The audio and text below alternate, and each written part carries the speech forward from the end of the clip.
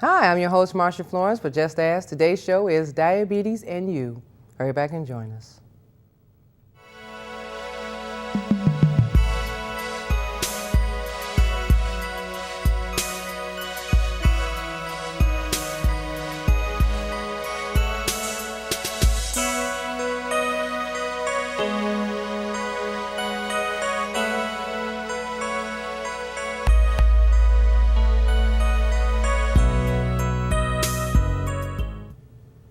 Hi, I'm your host, Marsha Florence, for Just Ask. Today's show is Diabetes and You, and we have with us registered nurse Joy Young, and she is a certified diabetes educator. Good morning, Joy. Good morning, Marsha. How are you? Fine, fine. Glad to have you here. Glad to be here. Good. Now, Joy, you know what? The season is changing. It's getting a little cold out.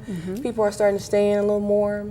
The foods they're eating are starting to change over to more starch, more soups and things of that nature. But a lot of stuff is going to start being heavy again. You know how in the summertime everybody wants to eat salads all day long and light sandwiches, but now we're getting ready to go into a little slope. So this morning we want to have you fill us in on foods that are properly consumed for persons who have diabetes. Okay, very good. The main thing about diabetes is for people to eat with balance. And so what they want to do is they want to have their meals relatively balanced in terms of what they're eating. So their breakfast, their lunch, their dinner should be portioned appropriately and similar. Nothing should be any larger than the other. So we wouldn't want you to load up at breakfast or load up at dinner. Just kind of balance it out throughout the day. Okay. Now tell us about your role as a certified diabetes educator and where you work at. Okay, I work at Mount Clemens Regional Medical Center. Okay. I'm a certified diabetes educator, and I'm a registered nurse. Most of the diabetes education programs will pair up a registered nurse and a registered dietitian educators to teach people with diabetes, and that way we can cover all the different aspects of helping people manage their own diabetes. What we do is we teach what we call self-management diabetes education. So people come in and they learn what they can do, how they make decisions about what they eat, and they won't need anybody really to tell them what to do. They learn the tools to be able to do it healthy. Okay, now, so if a person doesn't know right off the cuff that they have diabetes or whatever, how, if the doctor says, you know, you may be getting diabetes at a certain age, is a certain age or a certain time frame in a person's life that the change would come about, they may know or experience the onset of diabetes? Well, there are different risks for diabetes. Age is one of the biggest risks. It used to be that people over age 40 had the highest risk, and they still do largely get diabetes at an older age. However, we're starting to see younger and younger people getting diabetes in this time. And so it's really important to know what the symptoms are. Okay. And so if people have symptoms of diabetes, then they can go and have their blood sugar tested by their doctor or, you know, go to a clinic and have it tested. Now, what are some of the symptoms? Some of the classic symptoms are extra hungry, constantly craving, really never really being satisfied. That's one of the symptoms. Increased urination and increased thirst. You just have to keep drinking. It's not like you're drinking because you want to, but boy, I have to keep drinking. So I'm thirsty now. Okay, no, I'm just like really. I'm like, I think I want a glass of water. But okay, but when you say constant eating, I'm on this because that could be a crossover between a thyroid issue as well as diabetes. Then, correct? It could. There are some other disorders that also mimic diabetes, so you have to kind of pay attention. A lot of times we blow things off. You know, if we're hungry, okay, well, I'm hungry. A person who may be tired or fatigued, that's another symptom. You may say, well, I'm working a lot, so what? I'm tired. Okay. A lot of people take water pills for blood pressure, and so if they're urinating a lot, they may say, I'm just going to the bathroom because of that. Another common symptom, though, is blurred vision or a change in vision. Okay. And a lot of times that gets people's attention because your eyes are so important, and when your vision changes, you say, oh, maybe there's a problem, I need to go get that checked out. Okay. Okay. So those are some of the symptoms. So the vision part really seems like an issue because you can say, well, I have blurred vision for other reasons, but it could be leading into onset of diabetes. Correct. Okay. Another one that we hear a lot about, especially in the fall and when the weather is changing, a lot of times people will get infections, sinus infections that don't go away and they keep recurring over and over again. That's another symptom of diabetes, of high blood sugar. All right. So there's a lot of little things that are twofold symptoms for one thing or another. Okay. All right. And when you say that we're getting more into it with the younger generation, the fact that the younger generation is, it may be that they're not drinking the water or they're not, eating properly, that they have the onset, or it's just maybe genetic? Well, genetics plays a role. If people have a family member with diabetes, they're going to have a risk to get diabetes. But what we're finding, and this is all over the world actually, but we're seeing that people are becoming heavier in their weight. Okay. And so because of the increased weight, that's increasing the risk for diabetes. Also, because of our modern times, we don't have, we're not as active maybe as maybe our parents or grandparents were. We're not, maybe farming as much. Too much video games and too many things on the side to say I can stay in and play Xbox and all that. Sure. It takes away from some of the levels of exercise. All the modern conveniences that we have. So as we gain weight and we're less active, those are things that also increase our risk for diabetes, and we're seeing that in younger and younger generations as well. So more or less like when you say a person has diabetes in their children, and do you think it has something to do with their activity level? So if a teenage girl has diabetes and she's only like 12 to 14 years of age and she has diabetes, do you think it has something to do with her activity level as well? Well, there are two different types of diabetes. One is type 1 diabetes, used to be called juvenile diabetes or insulin-dependent diabetes. We call it type 1 just to distinguish it from type 2, but that does occur more in young people. So, toddler, school age, young adult typically tend to get type 1 diabetes more than maybe an older generation, but you could get type 1 at any age. That's different from type 2. In type 1, the body doesn't make any insulin at all. It happens comes on very suddenly. And so at that point, the person will start taking insulin, and oftentimes they're not overweight. Okay. In type 2 diabetes, though, a younger person can get it if they're overweight, less active, and have other risk factors that might tip them into diabetes. We're not seeing great numbers of young people getting it, but we're starting to see the trend coming down from 60s, 50s, 40s to 30s, 20s, and even some teens. Okay. What are some of the complications of having diabetes? When a person has had uncontrolled diabetes, or they've had high blood sugars for long periods of time, or even if their blood sugars go up every day to a very high level, that can cause damage to the body.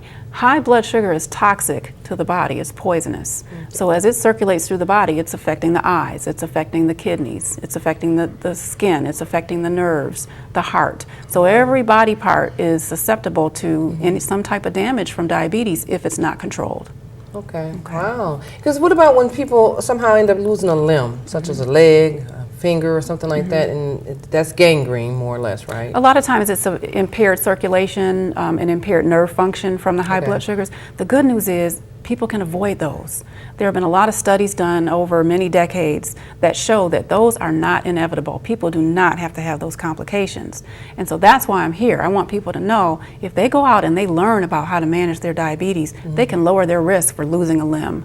They can lower their risk for heart attack and stroke. Okay. That's a good thing. So what would you suggest for our viewers to know if they want to find out from you, or should they go to their nearest clinic? What would you suggest? Well, most diabetes education programs are available in neighborhoods. A lot of hospitals have them. What's recommended is that they attend something that's a program that's certified by the American Diabetes Association and recognized by the state, or vice versa, certified by the state and recognized by the ADA. And they can call their local hospital and find out if they have a diabetes education program. And if they don't, they can go online and they can look for diabetes education programs in their area. Okay. And most insurances will cover either all or a part of those programs. So the educator like yourself gets the chance to tell us all about these food products that we so much enjoy but may not should have a whole lot of, but yet we want to know about each and every one of these items so that you know in moderation or what will complicate you if you mix this and with that. Well, those are key words, moderation, and enjoy them but not have them in large amounts, and that goes back to the balance. For instance, looking at these two right here, you have 2 Oreo cookies and you have about a half a cup, 3/4 to a cup of cantaloupe. Well, we're looking at the carbohydrate content. That's what people need to look at when they want to look at what it's going to do to their blood sugars. Not the sugar, but the carbohydrate. Okay. And so people need to understand what that is. These have the exact same amount of carbohydrates. So these 2 cookies and this cup of cantaloupe. Okay. But what are you going to get with the cantaloupe is you're going to get fiber, you're going to get vitamins, you're going to get water, and so it's got a lot more benefit than the cookies. However, because they're exactly the same in carbohydrate, a person could make that choice. Maybe this time they want the 2 cookies. Okay. But if you ate 4 cookies, 6 cookies, then you're going to be loading up on the carbohydrates, and it'll make the sugar go up. So now, knowing somebody like myself, could you eat the cookies and the cantaloupe? Well, it depends. If you're a very active person, like you said, you go out and you walk. And it depends on what it does to your blood sugar. So that's why checking blood sugar is important. If you had the cookies and the cantaloupe, you're active, you're regularly busy and active during your day, and you check your blood sugar and see maybe it won't take your blood sugar up too high. Okay. So that's another tool and another skill that everybody with diabetes needs to learn, is how to check their blood sugar. Okay. Okay. Okay. But let me double back. If I'm not tested yet to have diabetes, and I'm just eating this stuff, then all of a sudden I go to the doctor and they said, you know, Marsha, you appear to be coming into the onset. Is there such thing as coming into the onset of diabetes? Yes, there are different levels of blood sugars that lab tests can detect to see how high the blood sugar is. There's, of course, the normal level of blood sugar, and typically you can go in and have a fasting blood sugar test where you haven't had anything to eat or drink for 8 to 12 hours. Right. Check the blood sugar, and if it's under 100, that would be considered a normal blood sugar. Okay. If it's over 126, that would indicate a high level, enough where it could be diabetes, and so a doctor would then retest to make sure that that's what it is. So then you have that in between. You have that 101 to 125, and it's milligrams per deciliter. If a doctor finds a blood sugar there, that means the blood sugar is not low enough to be considered normal, but it's not high enough to be considered diabetes. Okay. So that's considered pre-diabetes. Pre-diabetes. And in that place, a person can really do a lot to try to reverse that so that they can get back into the normal range and try to ward off diabetes for as long as possible. Now that makes a lot of sense when you clarify it like that. So ladies and gentlemen, what I'm hearing Joy say is that if you've been pre-warned that you may be coming into the onset and the doctor says, well, you know, watch your diet, watch what you eat and exercise more, he's giving you heads up ahead of time that you can prevent it from coming on any further. But if you say, oh, okay, well, he said that I might be, and you're not, you have a chance to reverse it before it becomes too late.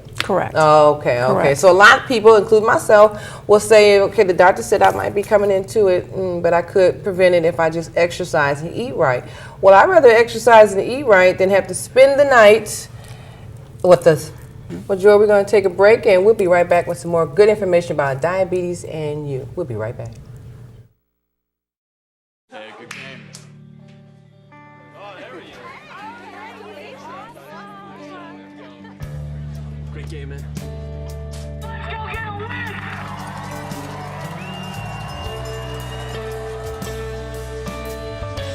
This year's MVP goes to Jake.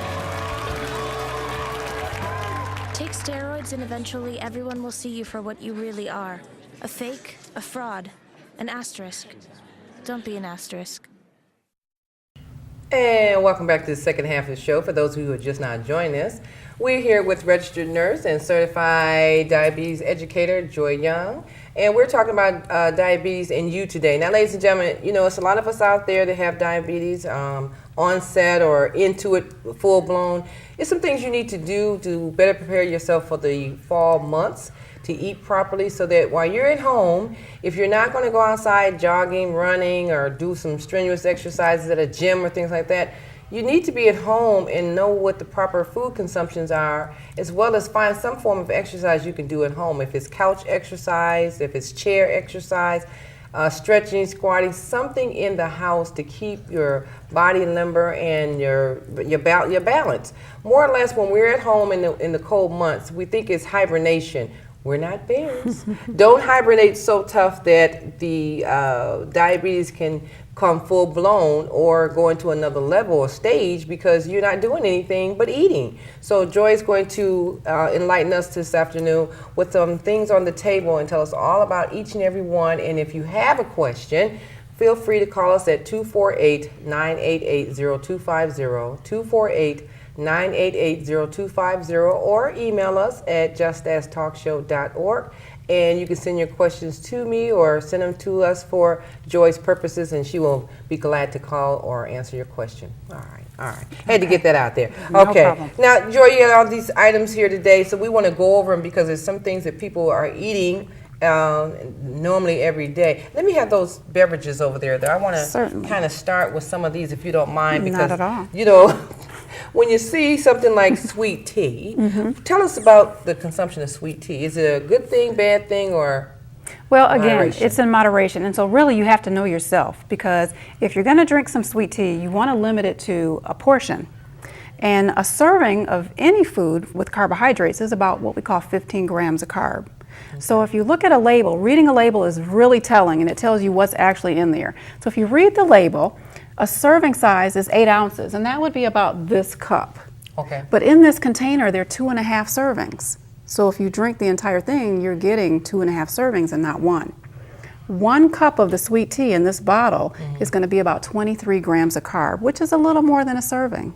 Okay. If you drink the entire bottle, you're getting 2.5 times. You're getting closer to 70 grams of carb, and 70 grams of carb is this much sugar. Oh my God. Okay. I had to say that myself. Like, you're kidding. So this is the amount of sugar in that bottle of sweet tea, as well as in that bottle of soda there.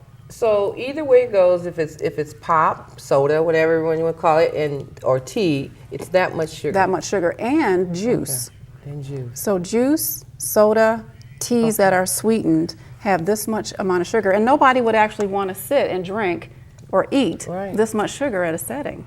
Right. And for people with diabetes, that's really going to take their blood sugar up. Okay, so if you're saying that you can drink half of this, or maybe a cup, which would be the 8 ounces. Is that 8 ounces, 6 ounces? That's 8 ounces. That's 8 ounces. Even better would be a 4-ounce cup. 4 ounces. Okay. Because you may want to pair that with your meal. So you Okay. want to make sure that you're not loading up on your carbohydrates. Carbohydrates, when you eat them or drink them, they turn into sugar. Okay. And they raise the level of blood sugar. So people want to balance out their carbohydrates. And what we teach them in the classes is how to identify a carbohydrate, how to Right. know which foods are carbohydrate, how many foods are carbohydrate, and then they can balance out their meals on their own. Okay. So this falls in the carb family? Yes. Okay. All right. Because I'm a little confused too. I don't know the term so much, and somebody say, "Oh, I'm gonna watch my carbs," and I'm like, "What's that, bread?" You know, I don't really know. So I'm glad you're here to tell us today, so I'll know about what my carbs are as well.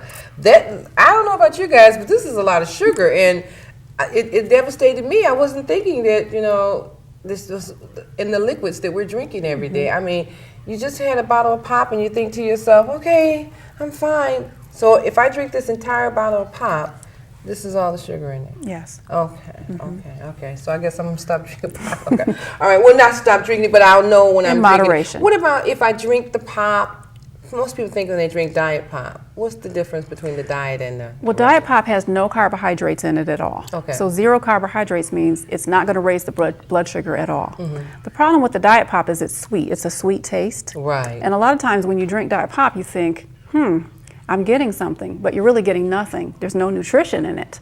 So you're going to be hungry.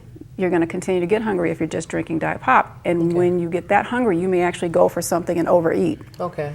But what if a person who drinks more than one diet pop? Some people are like, no, I'm gonna drink me 2 diet pop. How is it that people can buy a hamburger and still drink a diet pop? Behooves me. You know what? That's a very good question because I do it and I feel really weird if I go and I ask for, say, a small fry and a hamburger and then I ask for a diet pop. Well, the diet pop is adding many more carbohydrates than just the fries and the burger. So it'd be like doubling, tripling the amount of carbs. You can eat carbohydrates. You can eat foods that are going to raise your blood sugar, but you don't want to load them. So having a small fry, a hamburger, and a diet pop, that's appropriate amount of carbohydrates. If I added a regular pop, I'm tripling the amount of carbohydrates. What's the difference between skim milk and whole milk? Very good question. This is a 1 cup serving of milk. And if it were whole milk, that's high fat, that would be like taking 2 pats of butter and stirring it up into the milk. So it gives it a lot of fat. Okay. 1% would be 1 pat of butter. Skim milk wouldn't have any butter in it at all. So it's low fat. Now, milk is still carbohydrate, so people still have to be aware of how much milk they drink because it can raise the blood sugar. So what's 2%? 2% would be, let's see, that would be 1 pat of butter. 1 pat of butter. 1% would be a half pat. 1%. Okay. So skim milk itself. Or half percent. Or half Half percent is like a quarter of a pat of butter inside, so it's low It's an fat. inch away from being water and an inch away from being milk. So the best way to do it is gradually. Start Okay. with whole milk, go down to 2%, and then keep going down. And eventually, whole milk will taste like cream to you. Now, I don't drink whole milk per se, lactose intolerance, but I like 2%. Well, it's still considered high fat. So 2% is 1 pat of butter. Okay. Whole milk is 4%. Okay. So it's not 100%, it's actually 4%. So 2% is just as fat, pretty much. Okay. Okay, so what's the take on juice? Juice, again, it's carbohydrate, and it's pure carbohydrate. So gram for gram, it's going to be the same amount of carbohydrate as any other sweetened drink. So you want to just limit, same. Okay. But this amount is going to be a lot smaller, so that you could pair that up with maybe a meal if you wanted to have some Okay. juice. Okay. Is there certain types of juice? I mean, if you have a juicer and you make it yourself, is there Well, if you're difference? using vegetables, that's going to be different because Okay. vegetables and fruit have different amounts of carbohydrate. For instance, these carrots, cauliflower, these are very low carb foods, so you can really eat lots of them, not really worry about the amount. So if you're going to make juice out of these, you're going to have less carbohydrate than if you use apples or pears or something like that. Now we have to show our viewers, hold up their plate so they can believe this. I mean, it's rubber food, ladies and gentlemen. You know we usually have rubber food. But, okay, so the vegetable here, that's the carrot, that's the cauliflower. The potato, isn't the potato the highest carb on the plate? Actually, the potato has the exact same amount of carb as the green peas. So Okay. these are both carbohydrate foods, and each of these are one serving. And so a person can have, say, 3 to 4 servings of carbohydrate at a meal.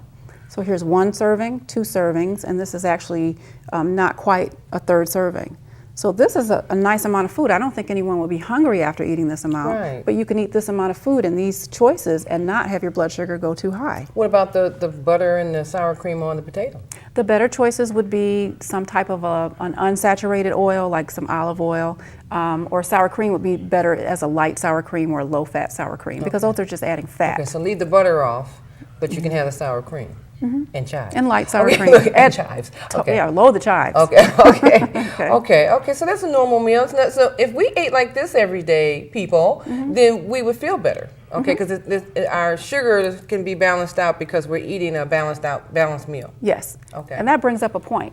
People with diabetes learn to eat in a healthy manner, but we all need to eat in a healthy Right. manner. So it doesn't matter whether we have diabetes or pre-diabetes or not any of those. We still all need to balance out healthy vegetables. The best way to eat is to have a rainbow on your plate. Right. So it's good to have your red vegetables, your peppers, and things like that. Because I noticed this is considered 1, 2, 3, 4 vegetables and a meat. Okay. But these are the high carb ones, and these are low carb ones. So you actually could even eat more. I mean, if you really, really wanted to have some asparagus, you could add some of that on there. There you go. Now, who's going to be hungry after eating that? Okay. Look at all the fiber that you're going to get.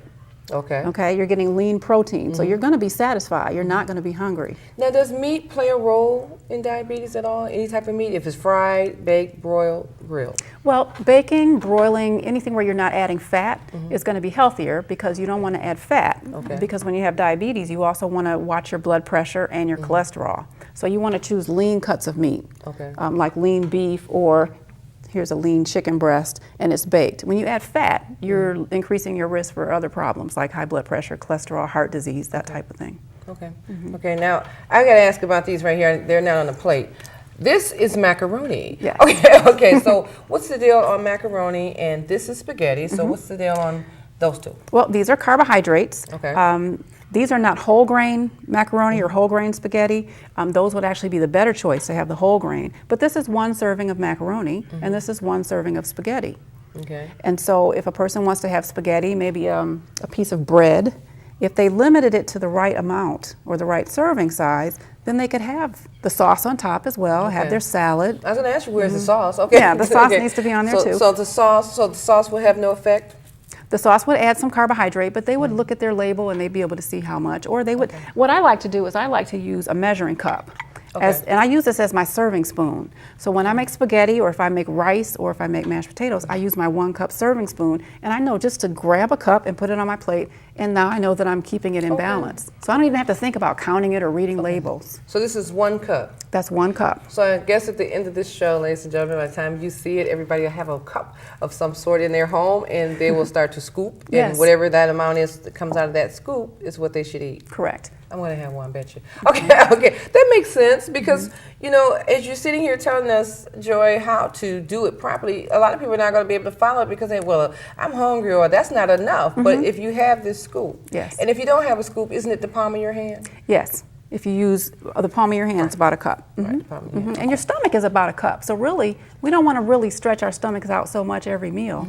We want to eat the proper portion of food. You know, I noticed that when people go to social functions, if it's a buffet or something, and it's like, ooh, ooh, ooh, and they're scared they're going to miss something, they pile all this food on top of the plate, and everything's on top of it, so you got to go up under there to get the meat, you got to, you know, reach up.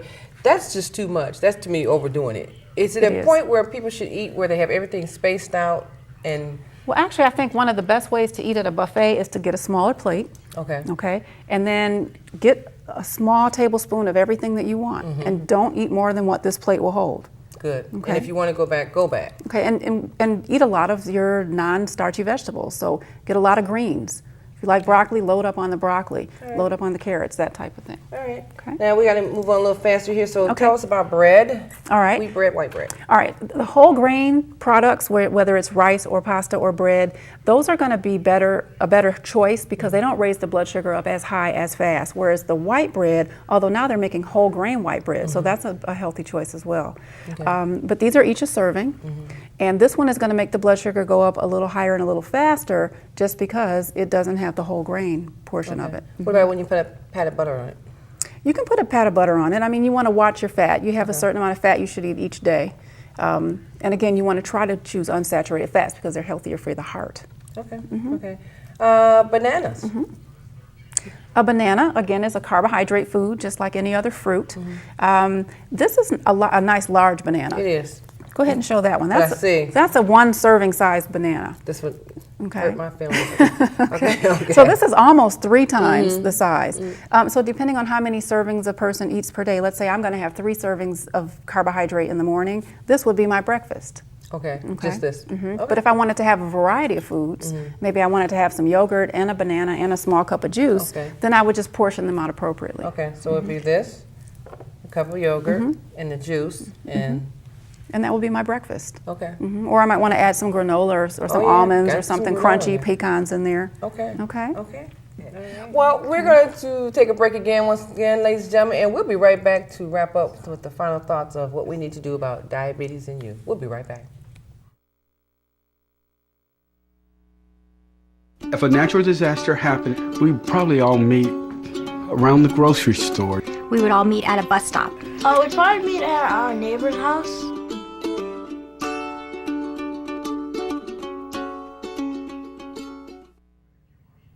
And welcome back to the end of our show. Now, ladies and gentlemen, we don't want to rush you into this information today that Joy was nice enough to provide for you.